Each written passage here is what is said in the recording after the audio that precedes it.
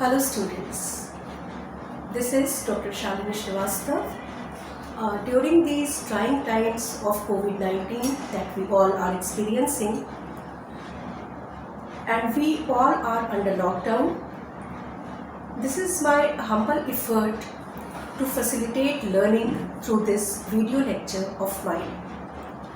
For today's class, I have decided to talk with you about the play As You Like It, written by William Shakespeare. As You Like It basically is a romantic comedy, and in today's class I will be dealing with the summary of this play. So first of all, we will talk about As You Like It as a pastoral romance. During the Renaissance period, pastoral romance was a very popular form of writing. The term pastoral here refers to any kind of writing which was written in the background of a forest. And romance is a kind of writing which talks about the story of love and escapism. Since other forms of media and entertainment were not present during the Renaissance period, romances were the chief medium of entertainment. So the literate public of that time, they wanted to be entertained, and most of the writers, they were catering to this need of the audience at that time and that of the readers also. A pastoral romance is a kind of writing which has a forest in the background, the forest as a setting. But this forest is not the usual forest, the wild forest that we all know. Rather, it is a very green forest, very ideal kind of setting, a place where everyone wants to go, where there are no worries, where there are no beasts, and where the life is full of all sort of carefree wanderings, enjoying the beauties of nature, which leads to the development of romance. So during these pastoral romances, the characters, sometimes the pair of lovers, and several other times many pairs of lovers, they went to these forests, or rather we can say they escaped to these forests, which were an ideal setting for the blooming of the love, and there they remained for a long period of time unless and until they were searched by their parents or their uncles, their, the people who were behind their love or behind their lives. But the good thing was that these romances finally had a very happy ending. These kind of romances also had many love affairs, and most of the times the heroines of these plays, they took the disguise of a page, or they disguised them as a boy. So their hidden identities led to complications. There were many love affairs, there were many entanglements. But finally, some old man either reveals the identity of this girl, this heroine, and untangles all the complications, and sometimes this heroine herself, she tells the reality of her identity and everything is sorted out.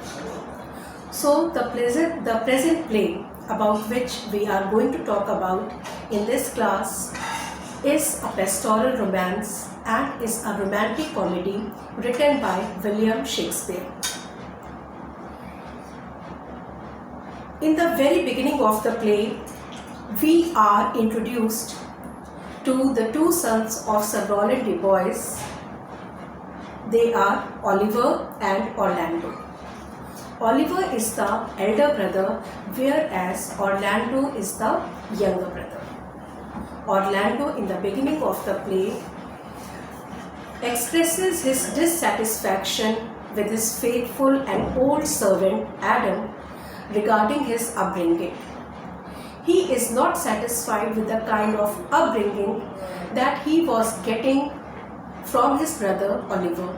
He feels that he deserves a better upbringing and a better treatment.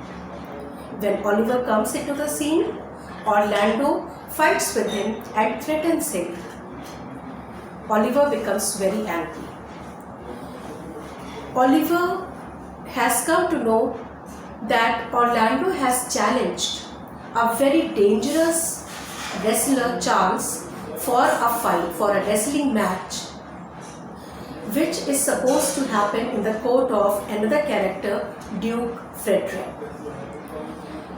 So Oliver decides in his mind that he will somehow convince Charles to either kill his brother or maim him. Orlando leaves the scene and we see the appearance of the wrestler Charles. Charles tells us the backdrop of the story, where he tells us that Duke Frederick is actually a usurper. A usurper is a person who takes over the things of somebody else. Here it is the dukedom, which does not legally belong to him. So Oliver discusses with him about the wrestling match, and Charles tells him that Duke Frederick has usurped the dukedom of Duke Senior, and Duke Senior is living in exile in the forest of Arden. Oliver, as per his plan, he tells Charles either to kill his brother or to maim him. Such is the level of hatred in Oliver's heart for his brother.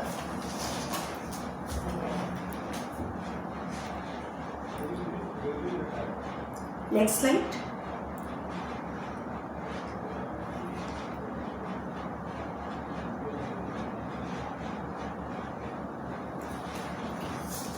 So we come to know about the relationship between Duke Frederick and Duke Senior. Here, Duke Senior had been sent to exile by his younger brother Duke Frederick, while in the other case, the elder brother Oliver is against his younger brother Orlando. Now, Orlando goes to the court of Duke Frederick for the wrestling match, and we are introduced to more characters, important characters: Rosalind, who is the heroine of the play, and her cousin Celia, who is the daughter of Duke Frederick. Duke Frederick has also been introduced.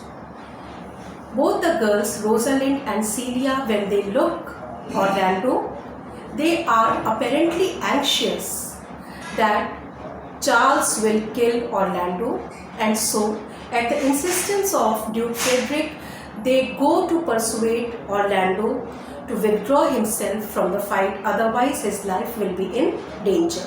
Orlando does not listen to them, and he says that I have to fight somehow because I have nobody to weep for me afterwards.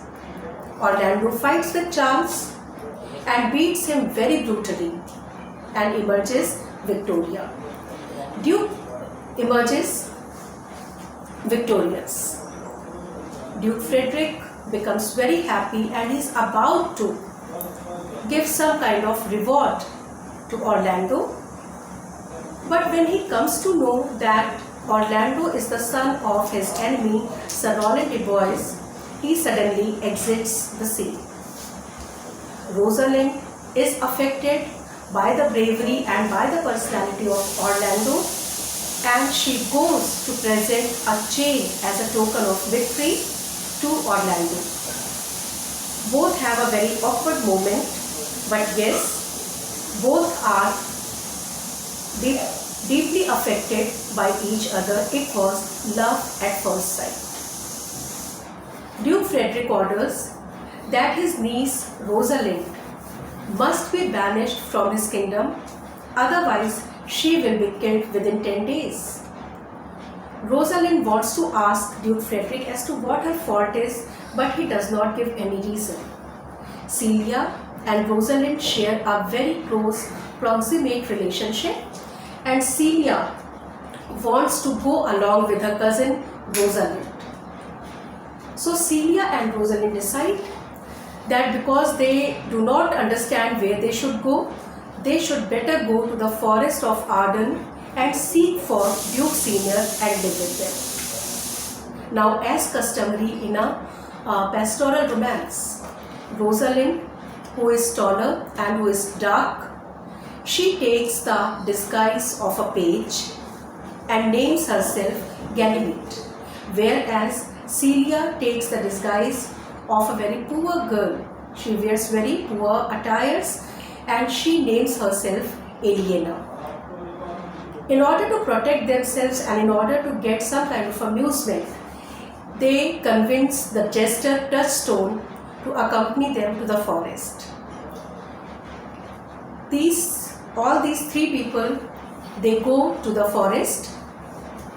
They go to the forest of Arden, and there we are introduced to the shepherd Silvius and Corin. Silvius is the shepherd who is actually in love with another shepherdess called Phoebe. But that love has not been returned. So he is lovesick and he discusses his condition to Corin.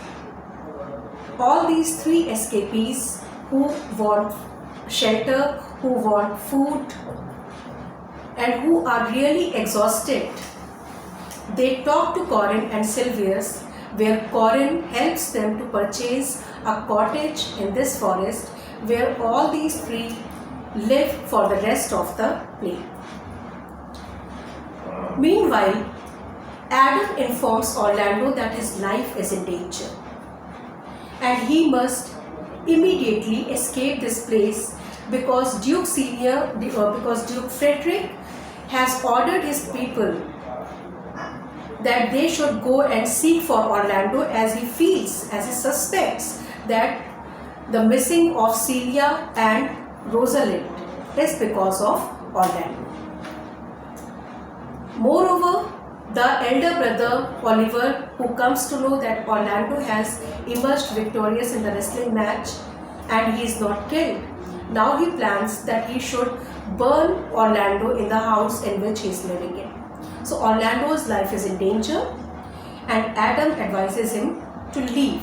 Orlando says, I have no place to leave, where should I go? And then Adam offers his services to Orlando and both of them decide to leave to some place.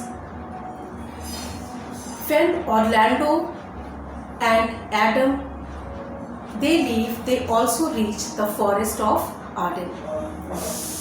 Adam is very old and he is very exhausted. He needs food and he cannot walk any further. So Orlando wants to go in the forest and search food for him to save his life. So Orlando goes to a very neat clearing where Duke Senior is living along with his followers. Duke Senior is about to begin his dinner when Orlando reaches there with a drawn sword. He threatens Duke Senior that he will kill everybody if he is not given the food. Duke Senior, who is very gracious, who is very kind-hearted, he welcomes Orlando warmly and tells him that he will get food and shelter and whatever he requires and whatever he can offer to him in this forest. Orlando feels embarrassed because he was expecting savages in this forest and he did not expect gentlemen and kind person like Duke Senior. He tells his story and tells that the present situation has made him behave in such a wild manner. Duke Senior asks him to bring his servant Adam also here and both are offered food and lodging. So for the rest of the play, Orlando and Adam live here. When Orlando starts living here, he hangs certain verses, certain poems which he writes in praise of Rosalind. Ganymede, who is actually Rosalind, along with Touchstone, when she roams about in the forest, she sees these verses, and both Touchstone and Ganymede have a very good laughter at it. Ganymede meets Orlando, disguised as a page, and she tells her that she will cure him from his love and teases him for the bad verses that he has written. Meanwhile, Sylvis's love is not returned and he feels very tragic and very distressed. Ganymede intervenes in their affair and she asks Phoebe, she scolds Phoebe as to why she is not accepting the proposal of Sylvius. To her surprise, Phoebe immediately becomes attracted towards Ganymede and declares her love towards her.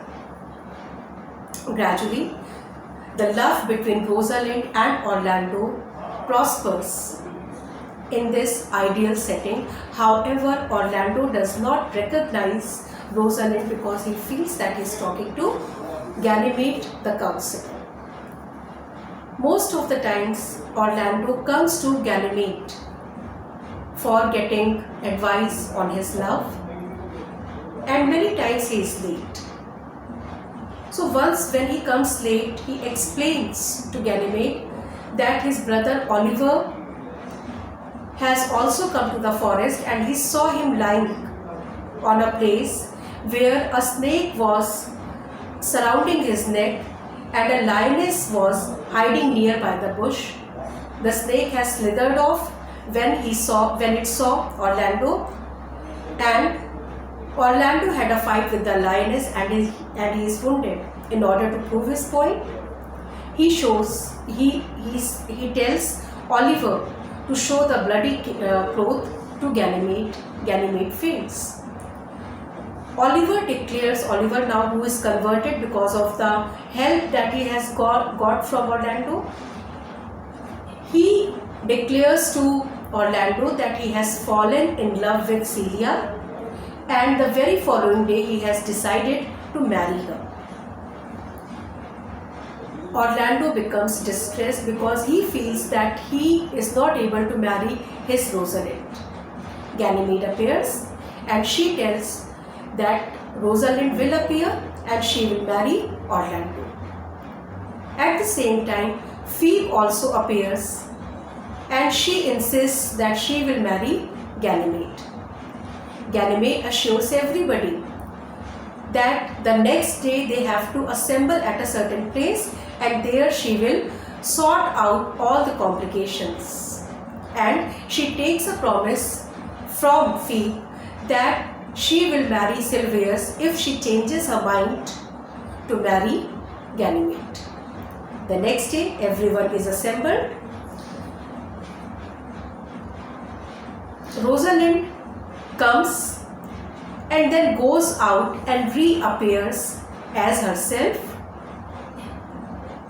and all the complications are sorted out because now everyone knows her true identity. Oliver is united to Celia. Phoebe changes her mind and she is ready to marry Sylvius, and Orlando is happy because he will marry Rosalind. In the meantime, we also get the news that Duke Frederick has become a converted man and he has gone to live in a cave with a hermit. Everybody becomes very, very happy and the play comes to an end. Thank you.